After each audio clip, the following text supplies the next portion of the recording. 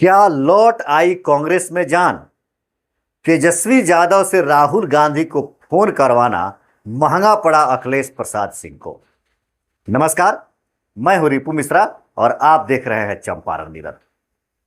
बिहार में चुनावी साल है।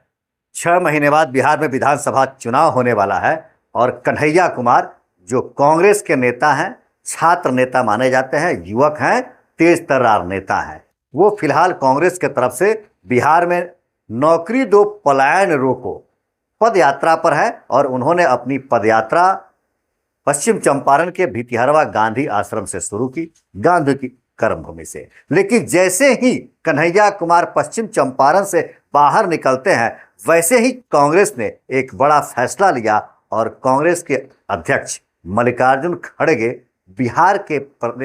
बिहार कांग्रेस के प्रदेश अध्यक्ष को ही बदल दिए। अब नए प्रदेश अध्यक्ष के रूप में हो गए हैं राजेश कुमार, जो कुटुंबा के विधायक भी हैं। अब राजनीति के जानकारों का कहना है कि लगभग 20 वर्षों के बाद कांग्रेस को एक ऐसा प्रदेश अध्यक्ष मिला है जो पार्टी के लिए सोचता हो और जो पार्टी का व्यक्ति हो। इन लोगों का कहना है कि अब तक जितने भी बिहार में कांग्रेस के प्रदेश अध्यक्ष बने हैं वो कांग्रेस के प्रति कम और गठबंधन के सहयोगी दलों के प्रति ज्यादा वफादार होते थे। चाहे वो अशोक चौधरी हो, चाहे महबूब अली कैसर हो, चाहे वो अखिलेश प्रसाद सिंह हो, इन सभी कांग्रेस प्रदेश अध्यक्षों पर सहयोगी दल आरजेडी का पछलगुआ होने का या आरजेडी के सहयोगी होने का धब्बा लगता रहा है। इन पर सवाल हमेशा उठते रहे हैं। ऐसे में अभी बिहार में जो चुनाव होने वाला है और इस चुनाव के मद्देनजर कांग्रेस ने बिहार का प्रभारी कृष्णा अल्लावरू को बनाया। अभी पदयात्रा पर तेज तर्रार फायर ब्रिगेड नेता कन्हैया कुमार हैं। पप्पू यादव भी काफी सक्रिय हो रहे हैं कांग्रेस के लिए। क्या इन सबकी तिगड़ी दिल्ली वाली हाल बिहार में तो नहीं करने वाली है? कांग्रेस ने जो अभी बिहार में अपने प्रदेश अध्यक्ष का बदला बदली किया है, यह दिल्ली चुनाव से ही असर लग रहा था। दिल्ली चुनाव में ही कांग्रेस ने स्पष्ट कर दिया था कि अब कांग्रेस किसी क्षेत्रीय दल के नीचे काम नहीं करेगी। कांग्रेस को अगर सम्मानजनक सीटें नहीं मिलती है तो किसी भी क्षेत्रीय दल से गठबंधन तोड़ने के लिए कांग्रेस स्वतंत्र है और कांग्रेस इस तरह का निर्णय ले सकती है, जो हमने और आपने दिल्ली के चुनाव में देखा था। कमोबेश वही स्थिति बिहार की भी लग रही है। बिहार में अक्सर देखा गया है कि कांग्रेस और राष्ट्रीय जनता दल जो मुख्य रूप से सहयोगी है, महागठबंधन में है, और जब भी बिहार में सीटों का बंटवारा होता है, चाहे लोकसभा का चुनाव हो या इसके पिछले बार 2020 का विधानसभा चुनाव हुआ था, उस चुनाव में भी देखा गया था कि राष्ट्रीय जनता दल ने कांग्रेस को लगभग 70 सीटें दी थी बिहार में विधानसभा चुनाव लड़ने के लिए। लेकिन कहा यह जाता है कि वे सभी ऐसी सीटें थी जिन सीटों पर आरजेडी चुनाव नहीं लड़ना चाहती थी, या वो ऐसी सीटें थी जिस सीटों पर एनडीए गठबंधन का दबदबा था।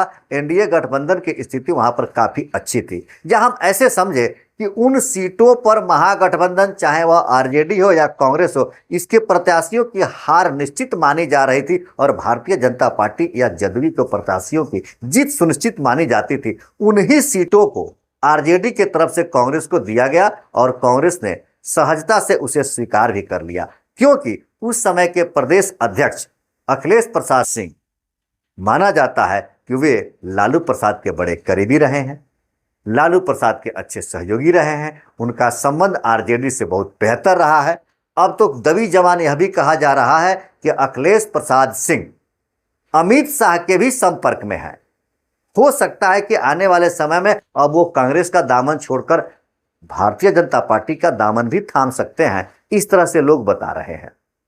हालांकि कांग्रेस ने चौंकाने वाला फैसला लिया है। इस फैसले को क्रांतिकारी फैसला माना जाता है। साथ में यह भी माना जा रहा है कि कहीं न कहीं कन्हैया कुमार की इसमें महत्वपूर्ण भूमिका है बिहार के प्रदेश अध्यक्ष को बदलने में।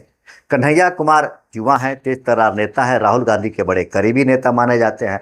कई मंच साझा उन्होंने राहुल गांधी के साथ किया है, राहुल गांधी के साथ कई यात्रा उन्होंने किया है। अब ऐसे में माना जा रहा है कि बिहार की राजनीति में एक बड़े बदलाव का ध्यान में रखते हुए बिहार कांग्रेस की स्थिति को और मजबूत करने के लिए कन्हैया कुमार की एक बहुत बड़ी खूबी है कि वो आरोप प्रत्यारोप की राजनीति नहीं करते हैं। जब वो कभी कम्युनिस्ट पार्टी के साथ थे और कम्युनिस्ट का साथ छोड़कर कांग्रेस के साथ गए, उन्होंने कभी इस तरह से बात नहीं कही कि कम्युनिस्ट पार्टी में क्या बुराई थी, कम्युनिस्ट पार्टी में क्या गलती है। अब वो कम्युनिस्ट पार्टी को छोड़ चुके हैं, कांग्रेस के साथ है और अब वो कांग्रेस के लिए ही काम करते हैं। शायद इन्हीं चीजों को देखते हुए राहुल गांधी भी कन्हैया कुमार पर भरोसा करते हैं। कन्हैया कुमार भरोसा के पात्र भी हैं और अब कन्हैया कुमार की भूमिका बिहार की राजनीति में बढ़ गई है। बड़ी एक खास बात है बिहार की राजनीति में, आपको भी ध्यान देना चाहिए। कहा जाता है कि बिहार की राजनीति से जातीय बंधन को नहीं हटाया जा सकता है। जातीय ध्रुवीकरण और जातीय समूह को बिहार की राजनीति से आप अलग नहीं कर सकते हैं। ऐसा होता भी है, देखा भी गया है और कमोबेश सभी राजनीतिक दल जातीय वोटरों के सहारे ही अपनी राजनीति बिहार में करती है। क्या उसी जातीय समीकरण को साधने के लिए कांग्रेस ने इस तरह की तैयारी कर ली है? आप देखिए, अखिलेश प्रसाद सिंह भूमियार जाति से हैं, उनके जगह पर उन्होंने कन्हैया कुमार को बढ़ाया और बिहार का नेतृत्व सौंपने की तैयारी हो रही है। बिहार के युवा नेता है, बिहार का देश के युवा नेता हैं। अगर हम इन दोनों नेताओं को देखें, जो दोनों एक ही जातीय से आते हैं, एक तरफ अखिलेश प्रसाद सिंह को रखिए, दूसरी तरफ कन्हैया कुमार को रखिए, तो कहीं भी कन्हैया कुमार का पलड़ा भारी होता हुआ नजर आता है। क्योंकि देश के युवाओं के आकर्षण का केंद्र है कन्हैया कुमार। तेज तर्रार है, युवा हैं, युवाओं के पसंद हैं, पढ़े लिखे हैं, शुरू से ही राजनीति में दिलचस्पी रखे हैं। बात करने का तरीका, बातों को रखने का तरीका, लोगों से मिलने का तरीका बिल्कुल अलग है और एक अच्छी सुलझी हुई राजनीति करते हैं कन्हैया कुमार। दूसरी तरफ आप देखिए, बिहार के कांग्रेस के नए प्रदेश अध्यक्ष राजेश कुमार दलित समुदाय से आते हैं।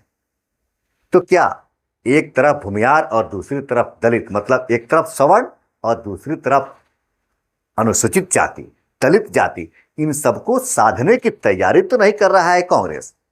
ऐसा लगता है कि इस बार शायद कांग्रेस बिहार का चुनाव अपने आरक्षण के मुद्दे पर ही लड़ेगी।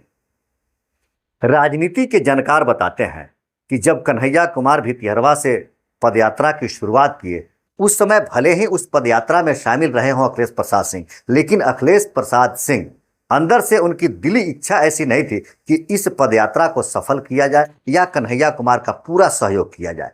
कहीं न कहीं कांग्रेस का यह आला कमान कन्हैया कुमार का विरोध करता हुआ नजर आया और इस चीज को स्पष्टता से परख लिए, इस चीज को स्पष्टता से समझ लिए कन्हैया कुमार।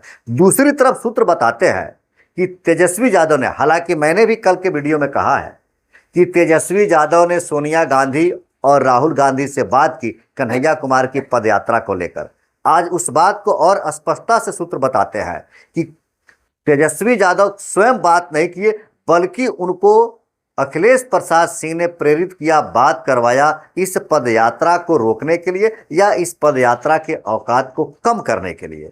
और शायद अखिलेश प्रसाद सिंह यह भूल कर बैठे, दबाव बनाने की जो राजनीति वो करना चाह रहे थे, कन्हैया कुमार के औकात को कम करने की कोशिश में जो लगे थे, यह उन्हीं के ऊपर महंगा पड़ा और अचानक से जो वह सोच भी नहीं सकते थे वैसा निर्णय आ गया और उनको पद से हटना पड़ा। अब यह देखना बड़ा दिलचस्प होगा, युवा चेहरा कन्हैया कुमार और बिहार के मसीहा के रूप में जाने जाने वाले पप्पू यादव, जब कन्हैया कुमार का पदयात्रा पूर्णिया पहुंचेगा और पप्पू यादव अगर उस यात्रा में शामिल हो गए और पप्पू यादव के समर्थक उस यात्रा में शामिल हो गए, तो बिहार की राजनीति में एक बड़े बदलाव की तरफ दिशा निर्देश हो जाएगा। यह आने वाले समय में बिहार के तमाम दलों के लिए, तमाम राजनीतिक दलों के लिए एक बड़ी मील की पत्थर साबित होगी। क्योंकि पप्पू यादव ऐसे नेता हैं कि जब बिहार के नेता हाफ पैंट पहनकर हेलीकॉप्टर से भाग जाते हैं बिहार छोड़कर, उस समय छाती भर पानी में घुसकर पप्पू यादव किसी को रोटी, किसी को दवा तो किसी को पानी देते हुए नजर आते हैं। अगर कांग्रेस का प्रयास सफल रहा, कांग्रेस की नीति सफल रही और सही दिशा में चलती रही, तो अब बिहार में जहां कांग्रेस एक हाशिए पर चली गई थी, आने वाले समय में बिहार की राजनीति केंद्र में नजर आएगी कांग्रेस। ऐसे आपको क्या लगता है, क्या इस तरह से परिवर्तन करके कांग्रेस बिहार में अपने को स्थापित कर पाएगी? क्या कांग्रेस अपनी खोई हुई जमीन को फिर से तलाश पाएगी बिहार में?